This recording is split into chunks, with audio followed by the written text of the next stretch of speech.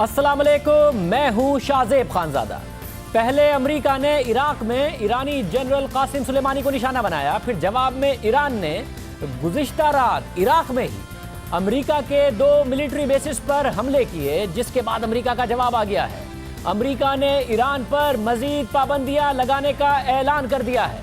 अमेरिकी सदर Donald Trump ने अब से कुछ देर पहले ईरानी हमले पर रद्द-ए-अमल देते हुए कहा कि ईरानी हमले में कोई अमेरिकी फौजी नहीं मारा गया, किसी अमेरिकी और इराकी की जान नहीं गई, मामूली नुकसान हुआ है। साथ ही उन्होंने ईरान पर मजीद पाबंदियां लगाने का ऐलान किया। डोनाल्ड ट्रंप ने कहा कि हमारे पास जदीद और खतरनाक जंगी साजो सामान है, मगर इसका मतलब ये नहीं है कि हम उसे इस्तेमाल करना चाहते हैं। अमेरिकी सदर ने कहा कि ईरान को एटमी हथियार हासिल नहीं करने दिए जाएंगे।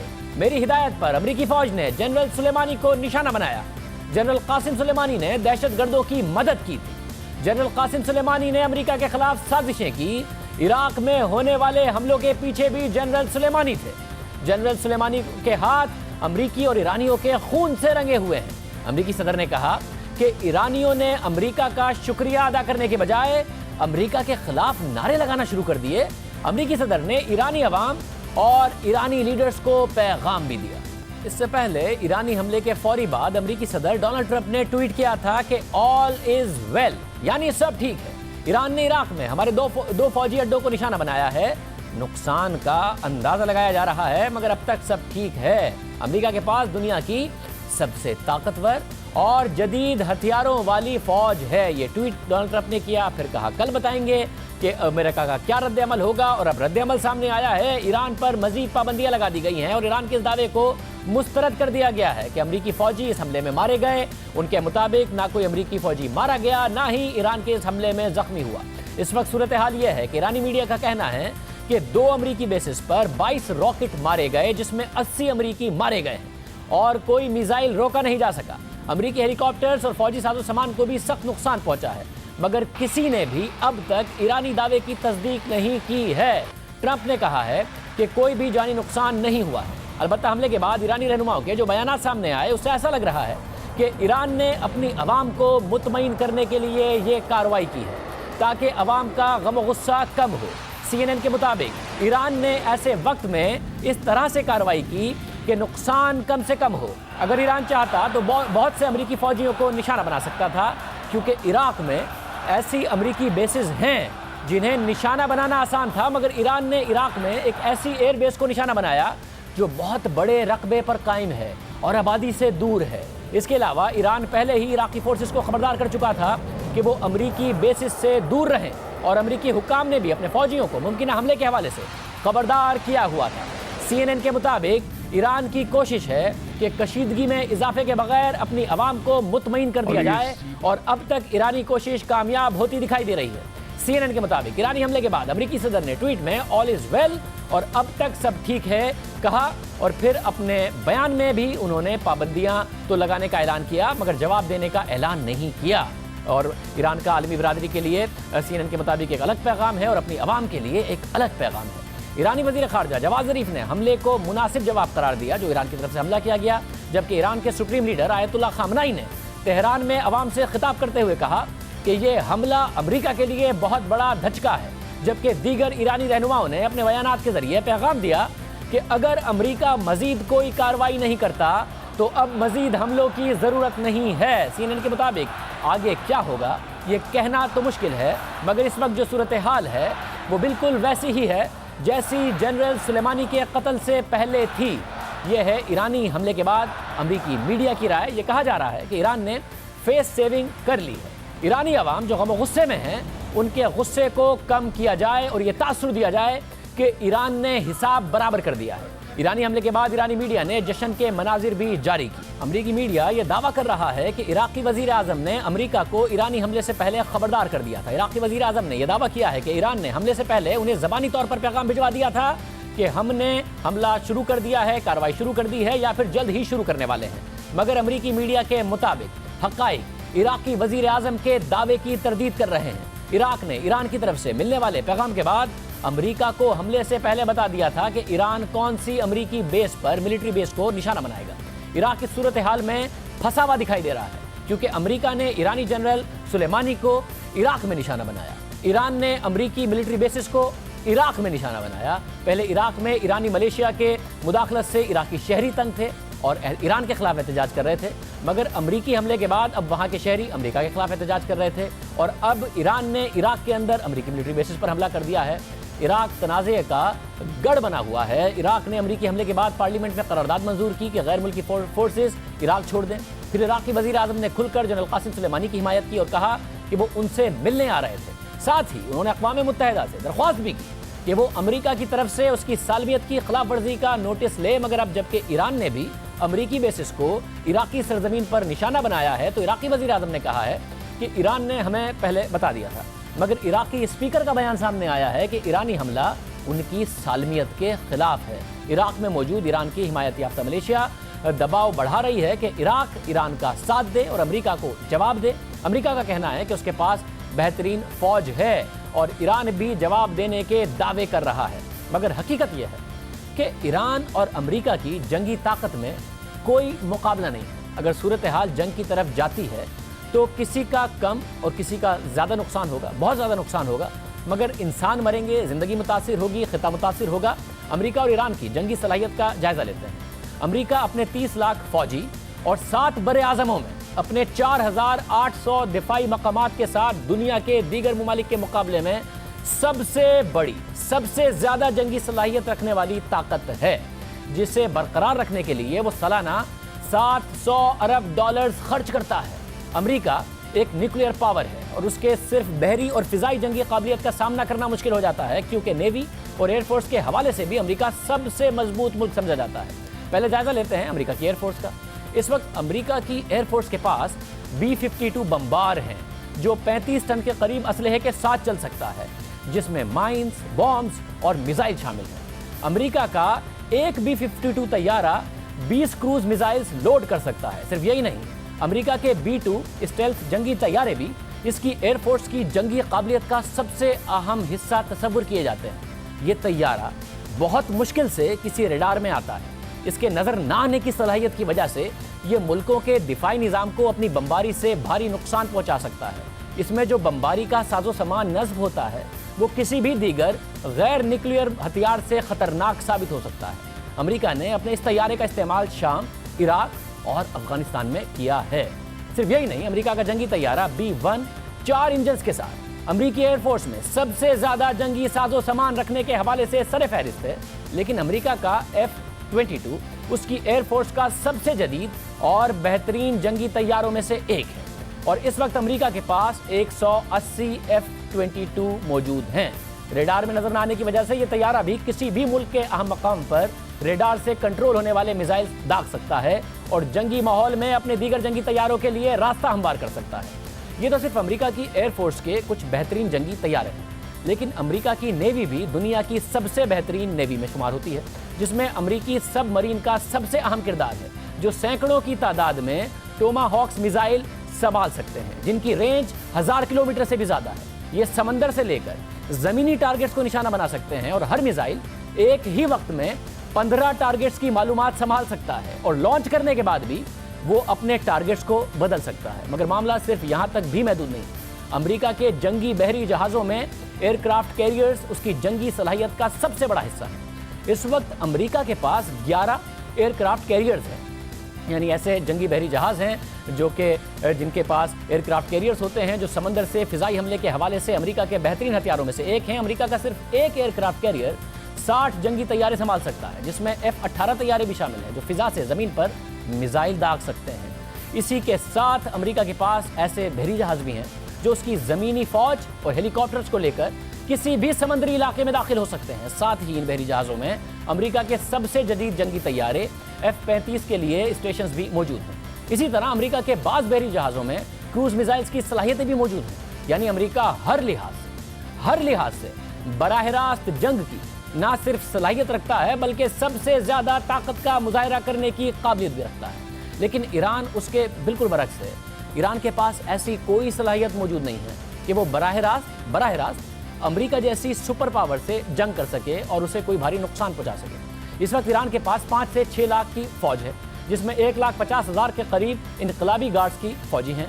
लेकिन पाबंदियों और आलमी असलहे की मार्केट्स तक उसकी रसाई ना होने की वजह से ईरान के पास जदीद जंगी साजो सामान मौजूद नहीं है। इस वक्त ईरान के सबसे अहम हथियार बैलिस्टिक मिसाइल्स और दूसरे मुल्कों में मौजूद उनकी प्रॉक्सीज हैं। बैलिस्टिक मिसाइल्स में ईरान के पास शहाब, क़याम, फातेह और जुल्फ़िकार नामी मिसाइल्स मौजूद हैं और रिपोर्ट्स के मुताबिक मशरिक़ वस्ता में सबसे ज़्यादा बैलिस्टिक मिसाइल्स ईरान ही के पास हैं, जो इसराइल, सऊदी अरब और यूरोप के कुछ ममालिक तक पहुँचने की सलाहियत रखते हैं, जिसमें 2000 किलोमीटर के साथ सबसे ज़्यादा रेंज शहाब नामी मिसाइल की है। ईरान की समंदरी फौज 20,000 पर मुश्तमिल है, लेकिन ईरान के पास कोई जदीद जंगी बहरी जहाज़ मौजूद नहीं है। नेवी पर उसका ज़्यादातर इन्हिसार मिसाइल से लदी जो पेट्रोल बोट्स हैं उन पर होता है, जो स्ट्रेट ऑफ हुर्मुज़ पर गश्त करती हैं और ऑयल टैंकर्स को निशाना बनाती हैं, लेकिन किसी बड़े जंगी बहरी जहाज़ को कोई नुकसान नहीं पहुंचा सकती। आम हालात में स्ट्रेट ऑफ हुर्मुज़ में उनकी मौजूदगी खतरनाक साबित हो सकती है, लेकिन अमेरिका जैसे मुल्क के साथ जंगी हालात में उनकी कोई बड़ी अफादियत नहीं रहती। इस वक्त ईरान की सबसे बड़ी ताकत मशरिक़ वस्ता में मौजूद उसकी प्रॉक्सीज़ हैं, जो इराक, यमन, लबनान, फ़लस्तीन और शाम में मौजूद हैं। ये प्रॉक्सीज़ अमेरिका, इसराइल और सऊदी अरब के मफादात के लिए एक बहुत बड़ा खतरा है। यानी बराह रास्त जंग के लिए ईरान की काबिलियत बहुत कमज़ोर है और जो प्रॉक्सीज़ की जंग में उसे इस वक्त सबसे बड़ा नुकसान कासिम सुलेमानी की हलाकत पर हुआ है, क्योंकि कासिम सुलेमानी इन प्रॉक्सीज़ के दरमियान राबते और मनसूबाबंदी का सबसे बड़ा नाम थे। अब आगे बात करेंगे ईरान के करीब मौजूद अमरीकी बेसिस की, जहां ईरान हमला कर सकता है। अफगानिस्तान में 14,000, कुवैत में 13,000 अमरीकी फ़ौजी हैं, कतर में 13,000, बहरीन में 7,000 अमरीकी फ़ौजी हैं, इराक में 6,000 अमरीकी फ़ौजी हैं, मुत्तहिदा अरब अमारात में 5,000, सऊदी अरब में 3,000, उर्दन में 3,000, तुर्की में 2,500, शाम में 800 और ओमान में 606 अमरीकी फ़ौजी अपने बेसिस पर मौजूद हैं। ये वो ममालिक हैं जो ईरान के करीब हैं और मशरिक़ वस्ता में हैं। यहाँ ईरान मुमकिन तौर पर कार्रवाई कर सकता है, यानी अमेरिका की सरजमीन से ईरान को कोई ख़तरा नहीं, मगर ईरान की सरजमीन को अमेरिका से खतरा है अगर दोनों के दरमियान जंग होती है। एक दावा यह भी किया जाता है कि अमेरिका ने दूसरी आलमी जंग के बाद कोई जंग नहीं जीती, तो जितना भी बड़ा असलहा हो, जितनी भी बड़ी अमेरिका सुपर पावर हो, अमेरिका आलमी जंग के बाद कोई जंग नहीं जीता है। मगर इस दावे का भी जायज़ा लेते हैं। दूसरी जंग अजीम के बाद जो सबसे संगीन जंग लड़ी गई है वो वियतनाम की सरजमीन पर लड़ी गई। अमेरिका बराह रास्त जंग में शरीक था। ये जंग तकरीबन 20 साल तक जारी रही और बिलाखिर अमेरिका 1973 में उस जंग से दस्तबरदार हुआ। अमेरिका वियतनाम की जंग नहीं जीत सका, उसे शिकस्त हुई। उस जंग में अमेरिका के 58,000 फौजी मारे गए। 168 अरब डॉलर्स, जो आज की मालियत में 1,000 अरब डॉलर्स बनते हैं, अमेरिका ने इस जंग में लगा दिया। इसके बावजूद अमेरिका ये जंग हार गया, लेकिन नुकसान अमेरिका की सरजमीन का नहीं हुआ। अमेरिका की मईशत में उतार चढ़ाव ज़रूर आया, लेकिन अमेरिका वियतनाम के बाद भी सुपर पावर ही रहा, सबसे बड़ी मईशत ही रहा और आज तक है। लेकिन वियतनाम तबाह हो गया, उसकी इंडस्ट्री, खेत खलियान, शहर, गांव सब खंडर बन गए। 20 लाख से ज़्यादा वियतनाम के शहरी इस जंग में मारे गए। 10 लाख से ज़्यादा वियतनाम के दोनों साइड्स के फौजी उस जंग में मारे गए। इस जंग की तबाही इस हद तक थी कि आज तक वियतनाम पर उसके आसार बाकी हैं। बज़ाहिर अमेरिका को शिकस्त हुई, अमेरिका वो हासिल नहीं कर सका जो वो करना चाहता था, जो उसका दावा था, लेकिन उसका कोई नाकाबिल तलाफी नुकसान भी नहीं हुआ। 58,000 फौजी के मुकाबले में वियतनाम के 30 लाख लोग मारे गए। अमेरिका उस वक्त भी सुपर पावर था, अमेरिका आज भी सुपर पावर है। इसी तरह 2003 में इराक में भी अमेरिका ने जंग लड़ी, जिसके आसार आज तक बाकी हैं। अमेरिका को इराक जंग में बड़ी शर्मिंदगी का सामना करना पड़ा।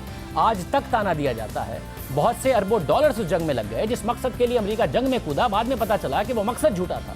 आज तक अमेरिका इराक की जंग से नहीं निकल पा रहा। बज़ाहिर उसको शिकस्त हुई और अब तक उसके हज़ारों फौजी भी मारे गए और आज भी अमेरिका इराक पर पैसे खर्च कर रहा है। अब तक अरबों डॉलर्स खर्च कर चुका है, लेकिन अमेरिका आज भी सुपर पावर है, आज भी सबसे बड़ी मईशत है, मगर इराक तबाह हो गया है। इराक में आज तक शहरियों की हलाकतों का सही अंदाज़ा तक नहीं लगाया जा सका है, मगर ये बात तय है कि उसमें लाखों इराकी मारे गए, ख़ानदान के ख़ानदान तबाह हो गए।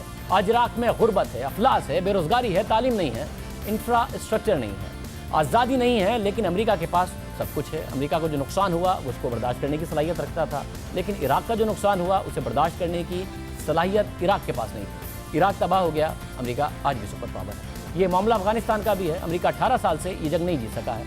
अरबों डॉलर्स उस जंग में लगे, सैकड़ों अमेरिकी फ़ौजी इसमें मारे गए, लेकिन जो नुकसान अफगानिस्तान के शहरियों का हुआ उसका गुमान भी नहीं किया जा सकता। लोगों के घर तबाह हो गए, हज़ारों लोग मारे गए, लाखों ने हिजरत की, शहर खंडर बन गए, नस्लें तबाह हो गई। आज का अफगानिस्तान कई साल पुराने अफगानिस्तान से भी पीछे रह गया है, लेकिन अमेरिका वहीं खड़ा है। आज भी सुपर पावर है, आज भी सबसे बड़ी मईशत है।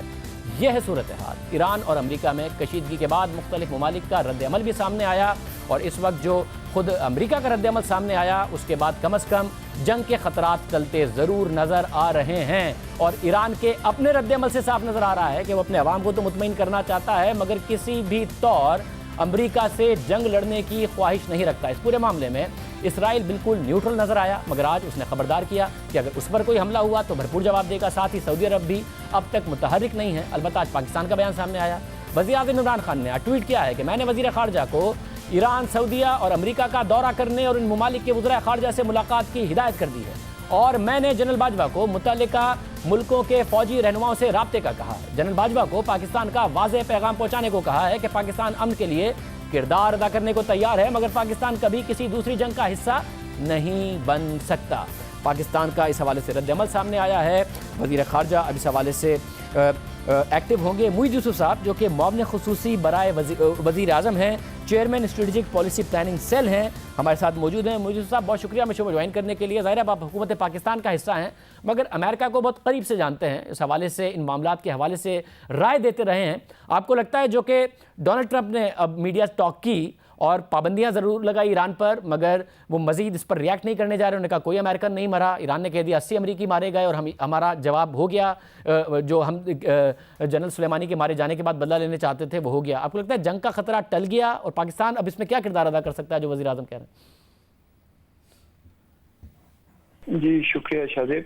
دیکھیے بات یہ ہے کہ پاکستان نے اپنا موقف واضح کر دیا۔ آج آپ نے وزیر اعظم کی ٹویٹ بھی دیکھی، اس کے بعد وزیر خارجہ نے بھی ایک بیان دیا ہے کہ ہمارا بالکل واضح اس میں سٹانس ہے کہ ہم ڈی ایسکلیشن چاہتے ہیں، ہم چاہتے ہیں کہ خطے میں کوئی جنگ کی صورت نہ بنے۔ دیکھیے ہم کس طرح کیا فائدہ ہمارا ہو سکتا ہے اگر یہ کشیدگی بڑھے، پہلے ہی مشرق وسطیٰ کے حالات آپ کو نظر آ رہے ہیں، تو وہ موقف تو واضح ہے۔ ٹرمپ صاحب نے جو ابھی بات کی آپ درست فرما رہے ہیں کہ انہوں نے بھی یہ نہیں کہا کہ کوئی ایسکلیشن کی طرف بات، حالانکہ اس میں وہ سارا ریٹرک موجود تھا جو امریکہ پہلے دیتا رہا ہے ایران کے بارے میں۔